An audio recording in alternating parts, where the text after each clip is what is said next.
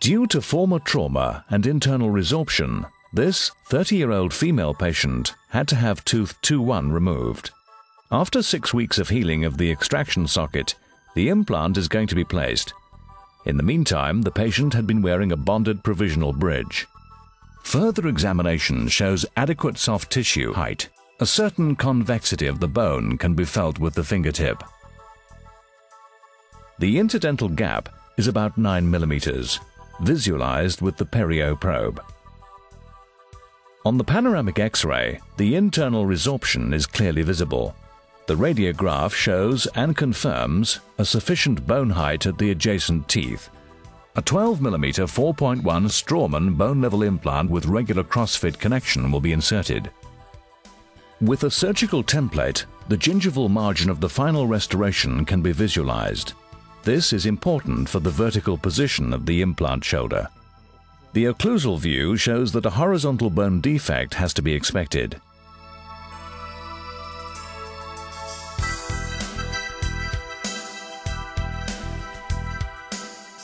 In aesthetic cases, palatal incision lines and a submerged approach are recommended.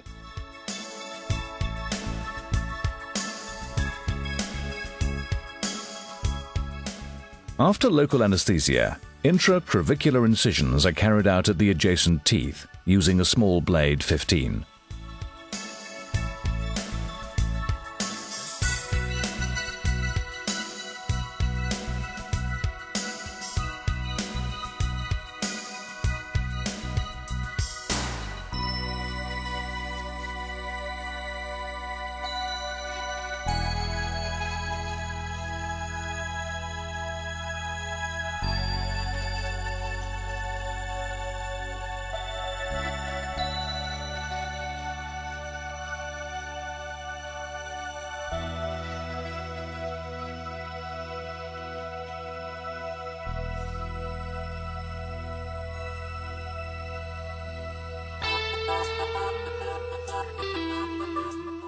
As explained, the crestal incision is carried out more to the palatal aspect in order not to cut through the tip of the papillae and to reduce the risk of soft tissue dehiscence.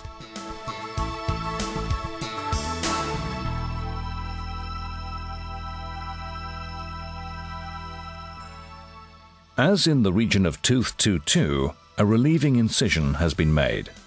A full thickness flap can be elevated using a sharp mid-size elevator.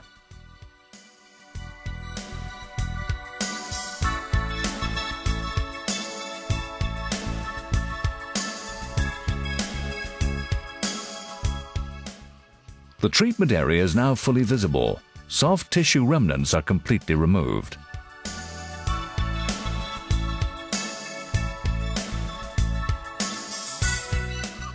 As expected, the palatal bone wall is of acceptable height. The vestibular bone defect is visible.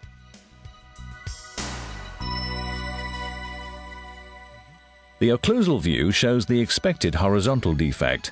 Nevertheless, a simultaneous approach will be carried out, as good primary implant stability can be expected.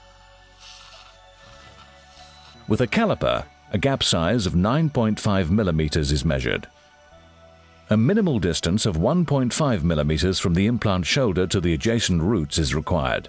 For a regular CrossFit bone-level implant, the distance between adjacent teeth at bone level should therefore be 7 mm at least, as shown on this graphic.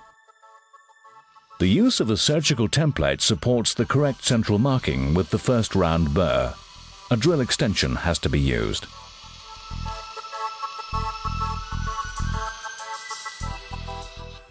The marking is enlarged with the second round burr.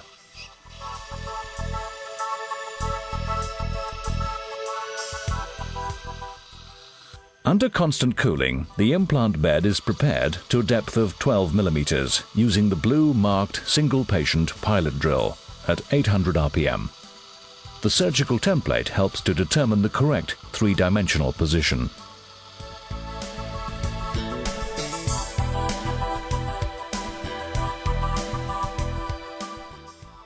The occlusal view with the inserted depth gauge shows the perfect orofacial position.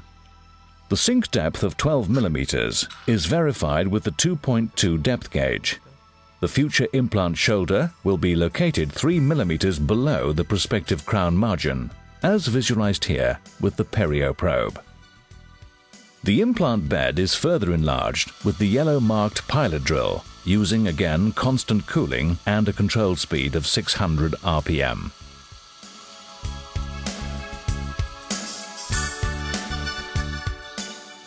Correct depth and position is again verified. The depth gauge with the built-in 5 mm ring is used. The occlusal view shows the correct future implant shoulder position.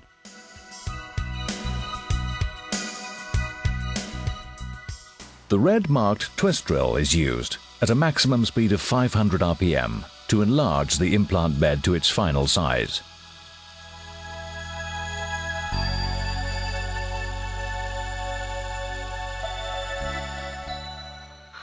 Final control with the 3.5 depth gauge confirms the correct sink depth.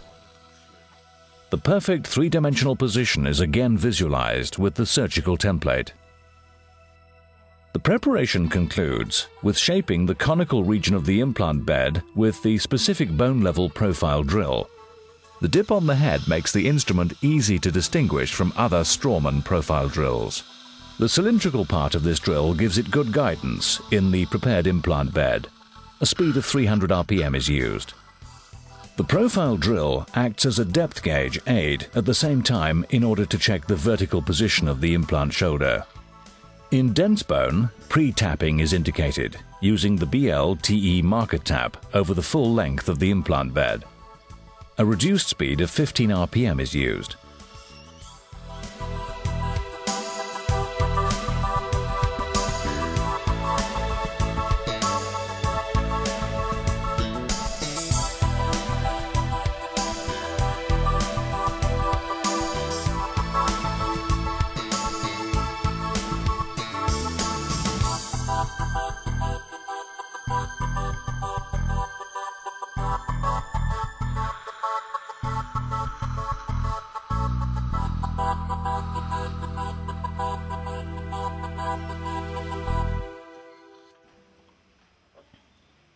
The 4.1 Strawman bone-level implant with regular crossfit connection and SL active surface is removed from the ampule.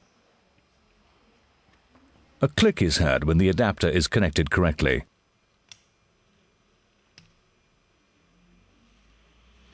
A Strawman 4.1 bone-level implant with regular crossfit and hydrophilic SL active surface is inserted. As the speed does not exceed 15 rpm, cooling is not necessary. To simplify the following prosthetic reconstruction, one of the 4 markings on the transfer part has to be located at the vestibular aspect. The correct position is verified with the surgical template, as the correct shoulder position is 3 mm apical of the prospective crown margin.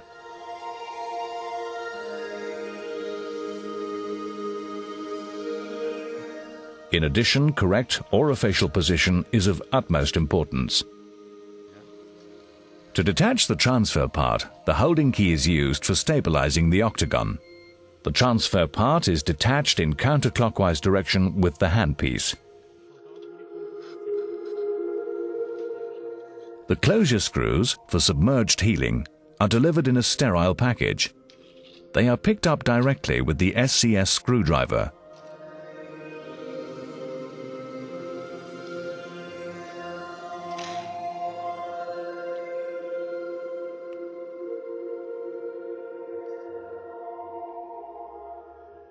Which allows for very easy handling.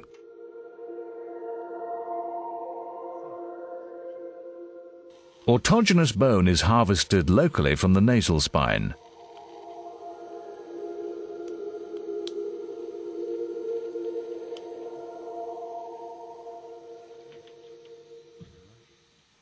A resorbable collagen membrane is adapted to the defect.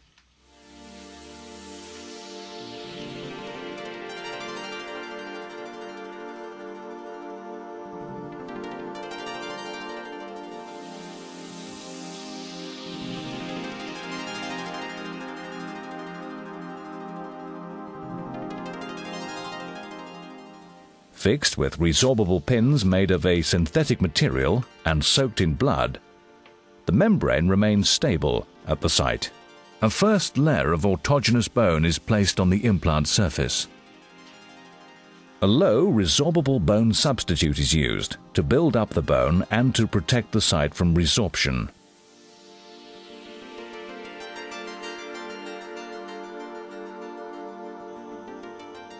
The membrane is nicely adapted and will hold the augmented bone in position and prevent the soft tissue infiltration. The occlusal view shows the gained bone volume and a nice anatomical contour. To allow a tension-free soft tissue closure, the periosteum has to be relieved.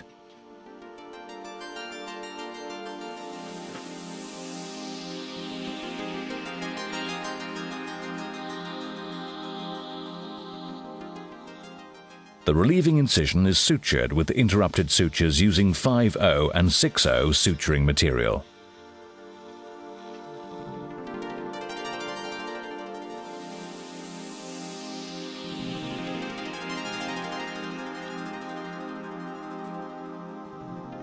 The flap is further closed with a horizontal mattress suture, as well as interrupted sutures using 5/0 Gore-Tex suturing material.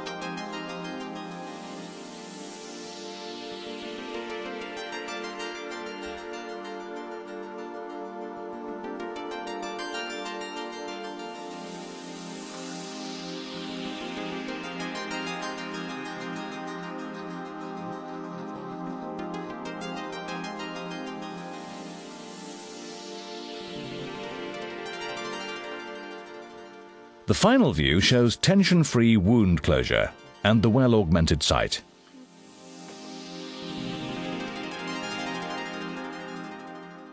The provisional is shortened at the basal aspect to avoid any compression of the implant site. The provisional is rebonded using the conventional procedure for bonded bridges.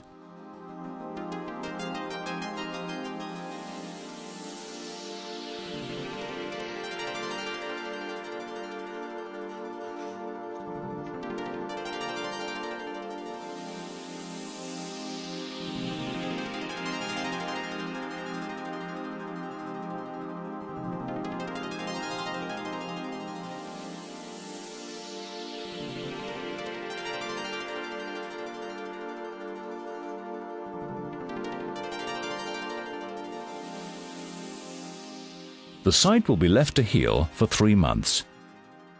The radiograph taken immediately after surgery shows the well-placed Strawman bone-level implant.